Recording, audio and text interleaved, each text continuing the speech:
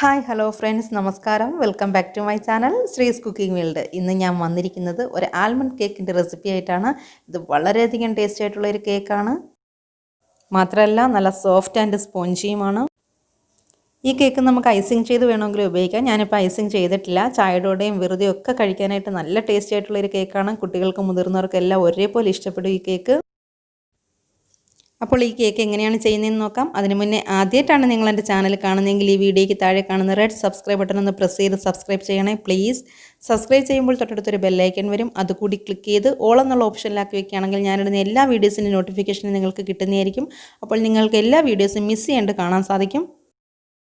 അപ്പോൾ നമുക്ക് ഈ കേക്ക് ഉണ്ടാക്കുന്നതിന് ആവശ്യമായിട്ടുള്ള ഇൻഗ്രീഡിയൻസ് എന്തൊക്കെയാണെന്ന് നോക്കാം. മൈദ ഞാനിപ്പോൾ എടുത്തിരിക്കുന്നത് 1 കപ്പും, അതായത് 250 ml മെഷർമെൻറ്റ് കപ്പിലും, പിന്നെ 1/3 കപ്പിൽ, അതായത് 80 ml കപ്പിലും, അങ്ങനെ ഈ 2 കപ്പിലും ഞാൻ മൈദ ഇട്ട് ഒന്ന് ലെവൽ ചെയ്തെടുത്തിട്ടുണ്ട്.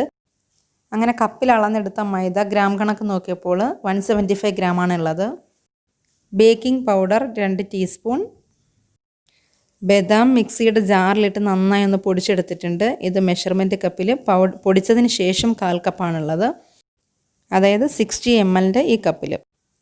ഷുഗർ ഞാനിപ്പോൾ പൊടിച്ചിട്ടാണ് എടുത്തിരിക്കുന്നത്. 250 ml മെഷർമെൻറ്റ് കപ്പിൽ 1 കപ്പാണ് എടുത്തിരിക്കുന്നത്. ബട്ടർ ഒന്ന് മെൽറ്റ് ചെയ്തെടുത്തത് 1/4 cup. Egg 4. Vanilla essence 1 teaspoon. പിന്നെ കുറച്ച് ബദാം ഞാൻ ഒന്ന് ഡെക്കറേറ്റ് ചെയ്യാൻ വേണ്ടിയിട്ട് എടുത്തിട്ടുണ്ടായിരുന്നു. ഒരു ബദാം ഇങ്ങനെ നടുക്കൂടെ ഇങ്ങനെ പിളർന്ന് 2 പീസാക്കിയാണ് എടുത്തിരിക്കുന്നത്. കേക്ക് ഉണ്ടാക്കുന്നതിന് ആവശ്യമായിട്ടുള്ള കേക്ക് ടിൻ കുറച്ച് ബട്ടർ ബ്രഷ് ചെയ്ത് ബട്ടർ പേപ്പർ ഇട്ട് ഞാൻ ഗ്രീസ് ചെയ്ത് വെച്ചിട്ടുണ്ട്. ഞാനിപ്പോൾ എടുത്തിരിക്കുന്നത് 7 ഇഞ്ചിൻ്റെ കേക്ക് ടിനാണ്. മുന്നേ ഞാൻ അപ്ലോഡ് ചെയ്തിട്ടുള്ള ത്രെഡ് വർക്കിൻ്റെ കേക്കിൽ കേക്ക് ടിൻ ഗ്രീസ് ചെയ്യുന്നത് ഡീറ്റെയിൽ ആയിട്ട് കാണിച്ചിട്ടുണ്ടായിരുന്നു.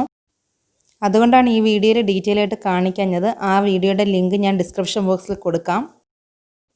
ഡെക്കറേറ്റ് ചെയ്യാൻ എടുത്തു വെച്ചിരിക്കുന്ന ഈ ബദാം ഗ്രീസ് ചെയ്ത് വെച്ച കേക്ക് ടിനിൽ ഞാൻ ഇങ്ങനെയൊന്ന് ഒട്ടിച്ച് വെക്കുകയാണ്. ഞാനിപ്പോൾ ഈ ഡിസൈനിലൊന്ന് വെച്ച് കൊടുക്കുന്നേ ഉള്ളൂ. നിങ്ങൾക്ക് ഇഷ്ടമുള്ള രീതിയിൽ വെച്ച് കൊടുക്കാം.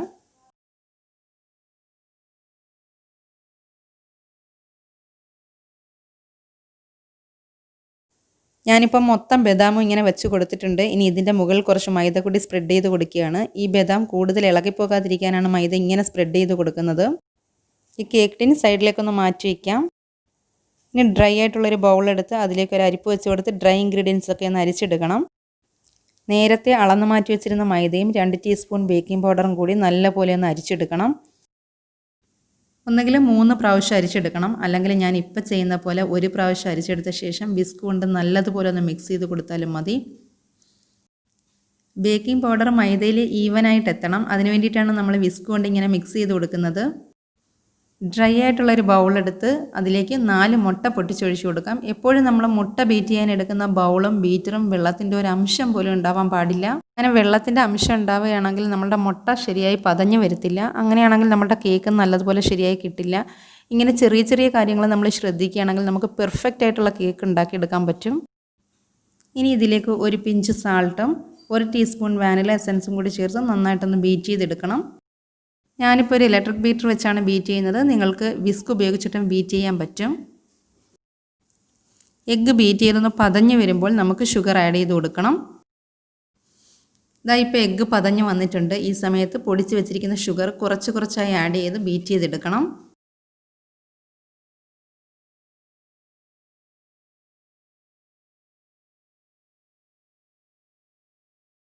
അങ്ങനെ ഷുഗർ മൊത്തം ആഡ് ചെയ്തിട്ട് ബീറ്റ് ചെയ്തപ്പം ക്രീമിയായി കിട്ടിയിട്ടുണ്ട്. ഈ ടൈമിൽ നമുക്ക് ബട്ടർ ആഡ് ചെയ്ത് കൊടുക്കണം.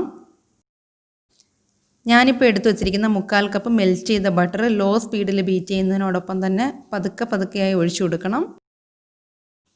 നമ്മളിങ്ങനെ ഒഴിച്ചു കൊടുക്കുന്നത് ഈ പൊങ്ങിയിരിക്കുന്ന എഗ്ഗൊക്കെ പെട്ടെന്ന് താഴ്ന്നു പോകാതിരിക്കാനാണ്. ഓയിലായാലും ബട്ടർ ആയാലും നമ്മൾ ഇങ്ങനെ ചേർത്ത് കൊടുത്തതിന് ശേഷം ഒരുപാട് പ്രാവശ്യമായിട്ട് ബീറ്റ് ചെയ്യേണ്ട ആവശ്യമില്ല. ഏകദേശം 1 മിനിറ്റോളം ഒന്ന് ബീറ്റ് ചെയ്ത് കൊടുത്താൽ മതി. ഒരുപാട് നേരം നമ്മളിങ്ങനെ ബീറ്റ് ചെയ്യുകയാണെങ്കിൽ ഈ പൊങ്ങി വന്നിരിക്കുന്ന എഗ്ഗൊക്കെ അങ്ങ് ലൂസായി പോകാൻ ചാൻസ് കൂടുതലാണ്. അങ്ങനെ ബട്ടർ മിക്സായി കിട്ടിയിട്ടുണ്ട്. ഇനി ഇതിലേക്ക് ആദ്യം അരിച്ച് വെച്ചിരുന്ന ഡ്രൈ ഇൻഗ്രീഡിയൻസ് ആഡ് ചെയ്ത് കൊടുക്കണം. കുറച്ചായിട്ട് ആഡ് ചെയ്ത് കൊടുത്തിട്ട് വേണം മിക്സ് ചെയ്ത് കൊടുക്കാനായിട്ട്. ഈ മൈദ മിക്സ് ചെയ്ത് കൊടുക്കുമ്പോൾ തന്നെ നമ്മൾ ആദ്യം പൊടിച്ച് വെച്ചിരുന്ന ബദാം പൗഡർ കൂടെ ചേർത്ത് കുറച്ചായിട്ട് മിക്സ് ചെയ്ത് കൊടുക്കണം.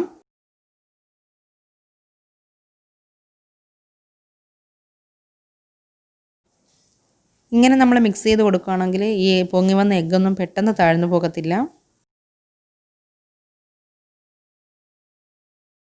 കേക്ക് ബാറ്റർ ഇവിടെ റെഡിയാക്കി കിട്ടിയിട്ടുണ്ട്. ഇനി നമുക്ക് ആദ്യം ഗ്രീസ് ചെയ്ത് വെച്ചിരുന്ന കേക്ക് ടിന്നിലേക്ക് ഇത് ഒഴിച്ചു കൊടുക്കണം. ഞാനിവിടെ കേക്ക് ബാറ്റർ തയ്യാറാക്കിക്കൊണ്ടിരുന്നപ്പോൾ തന്നെ ഓവൻ 160 ഡിഗ്രിയിൽ 10 മിനിറ്റ് പ്രീ ഹീറ്റ് ചെയ്യാൻ വെച്ചിട്ടുണ്ടായിരുന്നു. ഇപ്പോൾ ഓവൻ പ്രീ ഹീറ്റ് ആയിട്ടുണ്ട്. ഈ എയർ ബബിൾസ് ഒക്കെ പോകാൻ വേണ്ടിയിട്ട് ഇതൊന്ന് ടാപ്പ് ചെയ്ത് കൊടുക്കണം. ടാപ്പ് ചെയ്ത് കൊടുത്ത ശേഷം 150 ഡിഗ്രിയിൽ 30 മിനിറ്റ് ബേക്ക് ചെയ്യാൻ വെക്കാം. ഇപ്പോൾ 30 മിനിറ്റ് കഴിഞ്ഞിട്ടുണ്ട്. ഇത് കേക്ക് നല്ലതുപോലെ ബേക്കായി വന്നിട്ടുണ്ടോ എന്നറിയാൻ വേണ്ടിയിട്ട് നമുക്ക് ടൂത്ത് പിക്ക് വെച്ചൊന്ന് കുത്തി നോക്കാം. ഇപ്പോൾ ഇങ്ങനെ കുത്തി നോക്കിയപ്പോൾ ടൂത്ത് പിക്കിൽ നമ്മുടെ കയ്യിൽ ഒന്നും ഒട്ടിപ്പിടിക്കുന്നില്ല. അപ്പം നല്ലതുപോലെ ബേക്കായി കിട്ടിയിട്ടുണ്ട്. ഇനി ഇത് ജസ്റ്റ് ഒന്ന് ചൂടാറിയ ശേഷം കേക്ക് ടിന്നിൽ നിന്ന് പുറത്തെടുക്കണം. ഇപ്പോൾ ഇത് കുറച്ച് ചൂടാറിയിട്ടുണ്ട്. ഇനി ഇത് നമുക്ക് പ്ലേറ്റിലോട്ട് മാറ്റാം.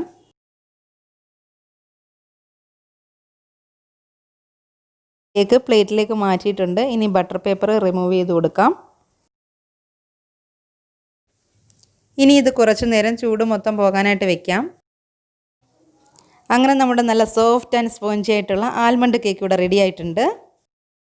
ഇനി ഞാനിതൊന്ന് കട്ട് ചെയ്ത് കാണിക്കാം.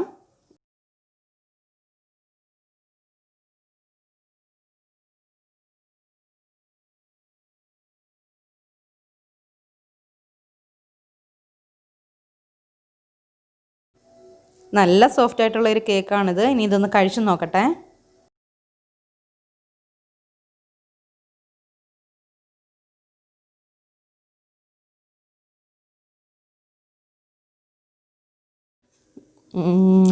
നല്ല ടേസ്റ്റാണ്.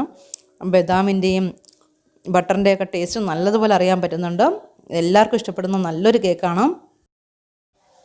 ഇത് ഉറപ്പായിട്ട് നിങ്ങൾ ട്രൈ ചെയ്ത് നോക്കിയിട്ട് തന്നെ ഫീഡ്ബാക്ക് അറിയിക്കണം. പിന്നെ കമൻറ്റ് ചെയ്യണം. കമൻറ്റ് ചെയ്താൽ മാത്രമേ ഞാനിടുന്ന വീഡിയോസ് നിങ്ങൾക്ക് ഇഷ്ടപ്പെട്ടോ എന്ന് എനിക്ക് അറിയാൻ പറ്റുള്ളൂ. അതുകൊണ്ട് നിങ്ങൾ ഉറപ്പായിട്ടും കമൻറ്റ് ചെയ്യണം. പിന്നെ ലൈക്കും കൂടി ചെയ്യണം. അപ്പോൾ സബ്സ്ക്രൈബ് ചെയ്തിട്ടില്ലാത്തവരാണ് ഈ വീഡിയോ കാണുന്നതെങ്കിൽ സബ്സ്ക്രൈബും കൂടി ഒന്ന് ചെയ്തേക്കണേ.